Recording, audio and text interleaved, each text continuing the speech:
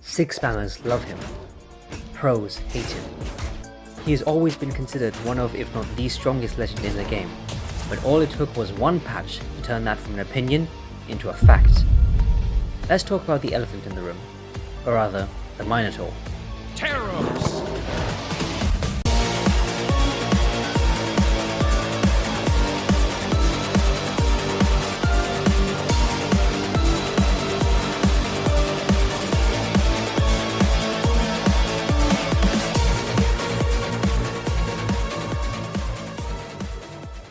What happens when you take a slow, heavy-hitting weapon, pair it with another slow, heavy-hitting weapon, dial up the strength, and throw in signatures that hit just as hard as weapons do? Then you get Teros, the first Axe legend. There has never really been a time when Teros wasn't a good legend. Even when Axe got gutted back in patch 8.12, Teros was still a good option regardless. And in that same patch, Hammer also got nerfed, and his Axe downsig got nerfed, and yet Teros didn't care at all. And then in 9.05, they buffed Hammer. Like, really buffed Hammer. And have hardly nerfed it since. So because of that, Teros sits squarely at the top of the play rates. Teros is one of the most played legends in the entirety of Brawlhalla. At one point he was number 1, but of course the good old furry always pulls through in the end.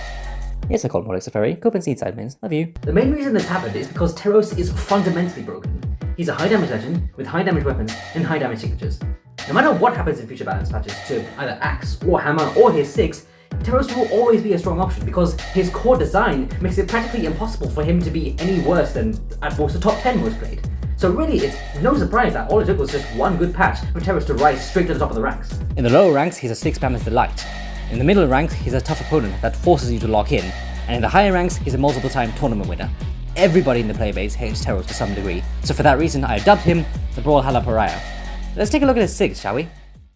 Quick disclaimer, all of these Sigs were done with 9 strength Teros versus 10 defense Magiar, so whatever damage you see on screen, add about like 2.5 to it, and that's roughly how much you can expect to deal on average. On Hammer, the neutral signature is a diagonal grab. This is the worst Sig in Teros' kit. It doesn't hit grounded and reaches at an odd angle. You'd have to practice its positioning to get any value out of it. But, and this is a big but, nsig true combos after downlight. Now, this is not some crazy new tech, there are other Hammer legends that can also do this. But take a look at Teros' stats. Do you see the problem here? How does a 3-dex legend hit a true combo on a heavy weapon? Can someone please make that make sense? The side signature is a standard dash. Just a good old block of hitboxes moving horizontally. This Sig hits like a truck. You can see that in this clip.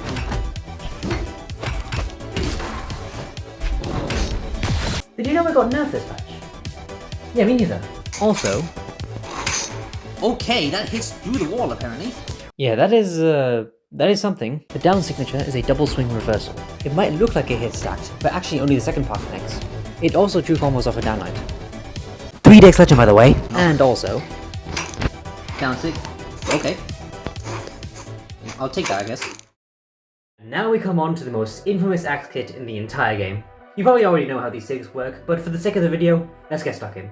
For his neutral signature, Teros swings his axe upwards and slams it back down. The grounded variant sends the opponent diagonally upwards, whilst the offstage variant continues to swing and sends them directly downwards. This gives rise to the oldest trick in the book, double axe nsig.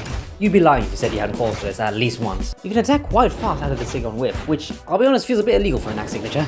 This Sig is most often used as an edge guarding tool or to catch people trying to recover backstage. Because I swear to the Lord above, and I'm not even religious, this thing hits everywhere. Okay. Right? I was not expecting that to hit at all, but you know what? Sure.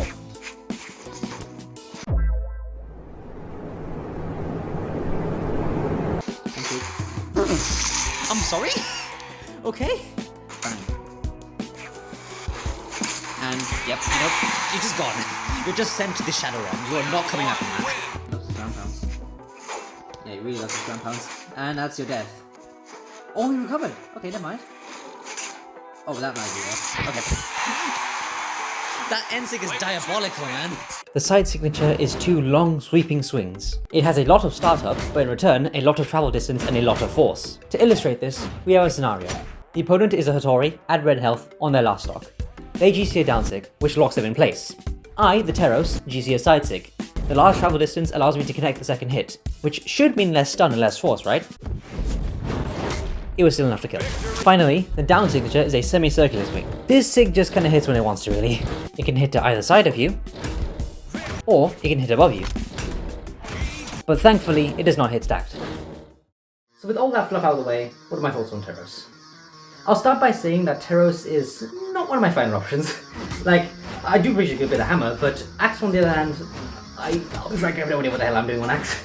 Yet still, funnily enough, I played Teros' Axe way more often than his hammer, because on Axe, the nsig just is a bit too stable, the side sig feels like it has a bit too much force than what it really should have, and the down sig, yeah, that one's definitely way too stable. In comparison, his hammer is definitely less broken, but still, the sigs, man. The sigs feel like a fully loaded steam train coming out your face at 80 miles per hour. But I think what's more problematic is not how much damage his sigs deal, but rather his light attacks. Like, just 4 or 5 good hits, and your opponent is already in yellow, and I think that's what makes it so infuriating to play against. Like, I know going against Teros, I have to be really, really careful not to get hit too many times, because the Teros, it doesn't take much effort for the Teros to deal that much damage just with those few hits. Yeah, sure, if you throw out way too many light attacks and way too many sigs, like there's nobody's resistance, then yes, you're going to feel the effects of the 3 dexterity, and you're going to be punished for it. But playing with just half brain turned on, you're going to see so much success that it honestly feels like a cheat code. Playing against Reno, for instance, I was literally just spamming on Axe, just throwing out nsig after nsig after nsig after nsig. I did not care what the hell I was doing.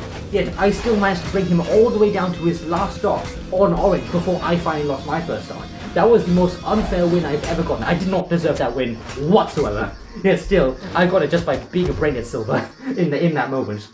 Like, I'm pretty sure Teros is the tank archetype, where he deals big damage. So yes, obviously he's going to deal big damage, like it's not that surprising, but the drawback is supposed to be that he's slow and cumbersome. You really don't feel that, or at least you don't feel that enough on Teros for how much damage his attacks deal.